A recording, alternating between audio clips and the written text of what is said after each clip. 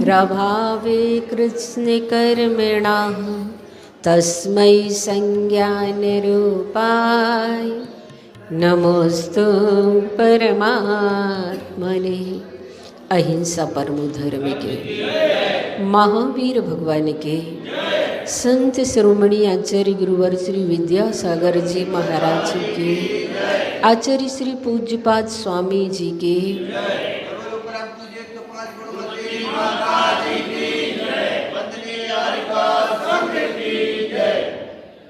आज हम जानेंगे कि सांसारिक विषय जिसके लिए प्राणी धन चाहता है वो कैसे है।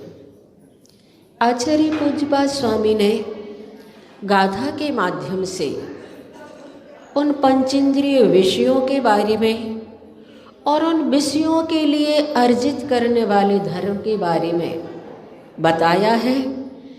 आरंभे तापकान प्राप्ता वतृप्ति प्रतिपादका अन्ते सुदुस्त्यजान कामान कामम कः सेव्यते सुधीः।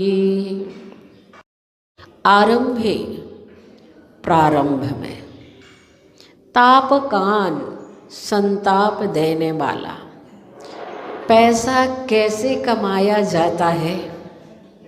आचार्य श्री पूज्यपाद स्वामी बता रहे हैं, जिन्होंने सबसे पहला विशेषण दिया है, शुरू में तो जब हम उस धन को कमाते हैं तब बड़ी कठिनाई होती है। तापकान यानी कि बड़े ही परेशानी से, बड़ी ही मुश्किलों से प्राप्त हो जाता है। कितनी मुश्किल से हमने उस धन को कमाया है, पर अतृप्ति तृष्णा प्रतिपादकान बढ़ाने वाले तथा अंत में सुदुस्त्यजान बड़ी कठिनाई से छोड़ने योग्य। पैसे को कमाया है तो भी कठिनाई हुई, और जब छोड़ना पड़ता है तब भी कितनी मुश्किल होती है। धन को छोड़ने में व्यक्ति को अंदर से कितनी पीड़ा होती है, उसको आचार्य पूज्यपाद स्वामी कह रहे हैं अंत सुदुस्त्यजान, और अंत में उसे छोड़ने में भी बड़ी कठिनाई होती है। ऐसे पंचेंद्रिय के विषय और उन विषयों के लिए अर्जित करने वाला धन, विषय भोगों को कहा सुधी ही। कौन बुद्धिमान पुरुष कामम बड़ी रुचि से सेवते, अर्थात सेवन करते हैं, अर्थात जो विवेकवान है, जो बुद्धिमान है, जिनके अंदर उस धन के बारे में, उसकी प्राप्ति और त्याग के बारे में उसके परिणाम मालूम है, वह कभी भी उस धन से इस प्रकार की प्रतीति नहीं रखता है, रुचि नहीं रखता है। और कहा जाता है आगम ग्रंथों में कि ये धन को पकड़ने की जो चाहत होती है, जिसे हम लोभ कसाय कहते हैं, 4 प्रकार की होती है। संजुलन कसाय जो होती है, लोभ कसाय, वो तो हल्दी के रंग जैसी होती है। हल्दी का रंग अगर वस्त्र में लग जाता है, थोड़ी सी धूप लगती है, थोड़ी सी हवा लगती है तो वह रंग निकल जाता है। ऐसे ही लोभ कसाय वैसे तो 10वें गुण स्थान तक कही गई है, लेकिन वह अपना प्रभाव वहाँ कुछ भी नहीं दिखा पाती है। 6वें गुण स्थान से संजुलन कसाय प्रारंभ होती है, और वह 6वें गुण स्थान से प्रारंभ होकर के 10वें गुण स्थान तक लोभ कसाय होती है, जिसके लिए हल्दी के रंग की संख्या दी गई है कि वह इतनी हल्की लोभ कसाय होती है जिसका एहसास उन मुनि महाराज को नहीं हो पाता है। और समाप्त भी हो जाती है। दूसरे नंबर की प्रत्याख्यान लोभ कषाय जो कही गई है, शरीर में लगे हुए मैल की तरह बताई है, और ऐसे हवा और धूप में तो नहीं निकलता, थोड़ा सा प्रयास करने पर वह हमारे शरीर का लगा हुआ मैल जैसे निकल जाता है, ऐसे ही थोड़ा सा प्रयास करने पर प्रत्याख्यान जन्य कषाय नष्ट हो जाती है और अपना प्रभाव थोड़ा ही दिखा पाती है। और अप्रत्याख्यान जन्य जो कषाय होती है, उसके लिए उदाहरण दिया गया है वस्त्र में लगे हुए डामल की तरह। वस्त्र में लगा हुआ डामल सिर्फ पानी से नहीं जाएगा, साबुन से भी नहीं जाएगा, उसको तो निकालने में बहुत कठिनाई होती है। कठिनाई तो होती है पर निकल जाता है, निकलता है, कठिनाई से निकलता है। शरीर में लगा हुआ मैल तो पानी से निकल जाएगा, साबुन से निकल जाएगा, लेकिन वस्त्र में लगा हुआ डामल साबुन पानी से नहीं निकलेगा। उसे तो निकालने के लिए बहुत पुरुषार्थ करना पड़ता है, पर निकल जाता है। अनंतानुबंधी जन्य जो लोभ कषाय होती है और किरमिची के रंग की तरह होती है, वह रंग ऐसा होता है कि अगर वस्त्र में लग गया तो वस्त्र भले ही फट जाए पर वह रंग नहीं निकलता। उसी प्रकार अनंतानुबंधी जन्य लोभ व्यक्ति की पकड़ में ऐसा होता है कि चमड़ी जाए पर दमड़ी ना जाए, ऐसी अनंतानुबंधी जन्य लोभ होती है। और उसके लिए उदाहरण भी दिया जाता है, जैसे आपने चींटा चींटियों को देखा होगा। अगर आपकी चमड़ी पकड़ ले और उन्हें आप अलग करने की कोशिश करें तो उनकी गर्दन भली अलग हो जाए, लेकिन चमड़ी नहीं छोड़ते वो। ऐसी ही अनंतानुबंधी जन्य लोभ कषाय जिनके जीवन में आ जाती है, उसके लिए कहा जाता है कि वह उनकी पकड़ इतनी गहरी होती है कि जिनके लिए नरक और निगोद की यात्रा कराने में कारण होते हैं। जिस धन को आपने बड़ी कठिनाई से प्राप्त किया, उस धन को प्राप्त छोड़ने में भी आपको कठिनाई हो रही है, लेकिन कहा जाता है वह्वारम परिग्रहत्वम नारकस्याशः। बहुत आरंभ और बहुत परिग्रह की जो चाहत है वो व्यक्ति को नरक ले जाती है, और वर्तमान में भी उसका जीवन सुखी नहीं रहता। मैंने पढ़ा यूनान का सम्राट मीदास नाम का, जिसकी बड़ी प्यारी सी बेटी थी, पर वह बड़ा लोभी था। उसके अंदर एक दिन भाव आया कि संसार का जितना सोना है वो सारा का सारा सोना मुझे मिल जाए। प्रतिदिन वह अपना खजाना खोलता, उसे देखता और बढ़ाने की कामना करता। बड़ा परेशान रहने लगा कि कैसे हो सोना हमारे इस खजाने में सारे संसार का भर जाए। रात दिन वह सोना सोना करता, और सोना सोना की चाहत में उसका सोना भी हराम हो गया। हाँ, जिसके लिए सोने की चाहत हो उसके जीवन में सोना फिर हो कैसे सकता है।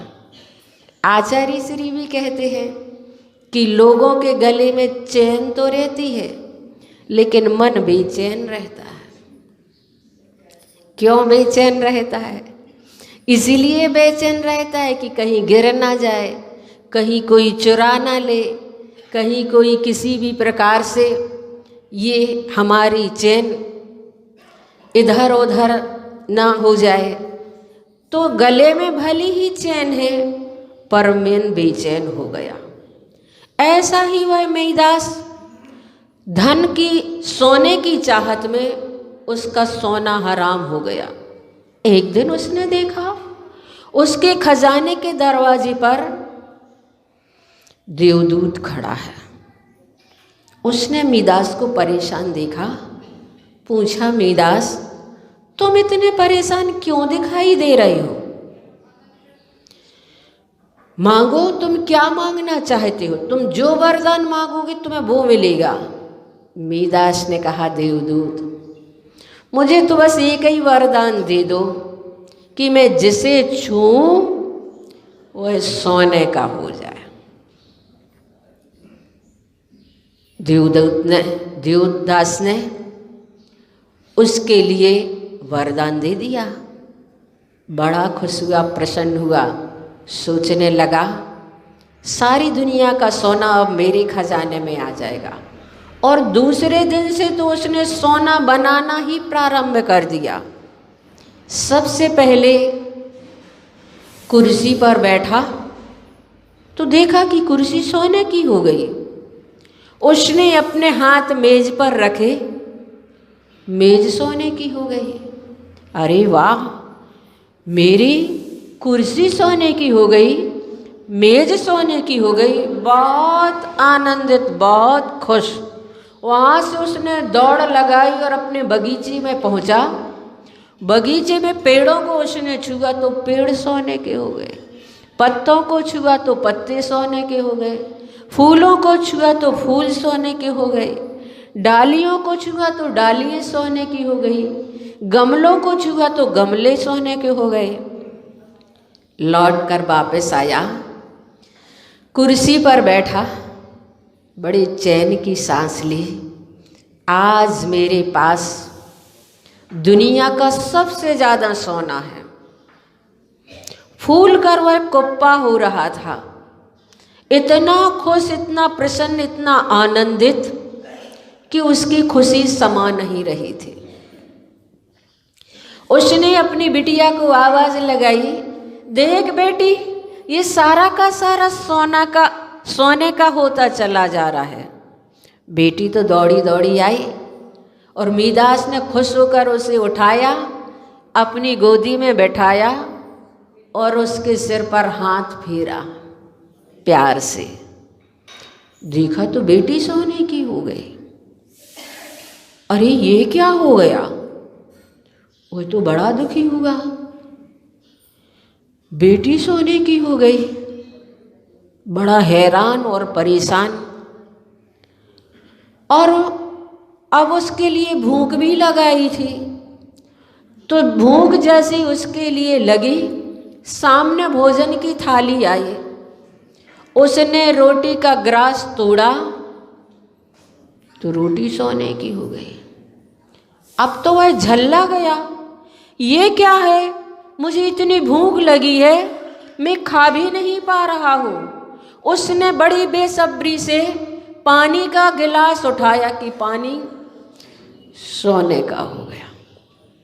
तिल मिला गया मिहिदास, ना भोजन ना पानी। और अंदर से पत्नी आई, कहने लगी, ये क्या है? सब कुछ सोने का करते चले जा रहे हो। वो तो वैसे ही गुस्से में था, जोर से उसने पत्नी के गाल में चांटा दिया, पत्नी सोने की हो गई। अब तो वह हैरान परेशान, और जिस प्रकार से मकड़ी जाला बुनती है और उस जाले में तड़पती है, ऐसे ही मिहिदास तड़प रहा था। भूख और प्यास के कारण वह तिलमिला भी उठा और उसने देखा कि जो वास्तव में जीवन में प्राण स्वरूप अन्न और पानी माना जाता है, वो सारा का सारा सोने का हो गया।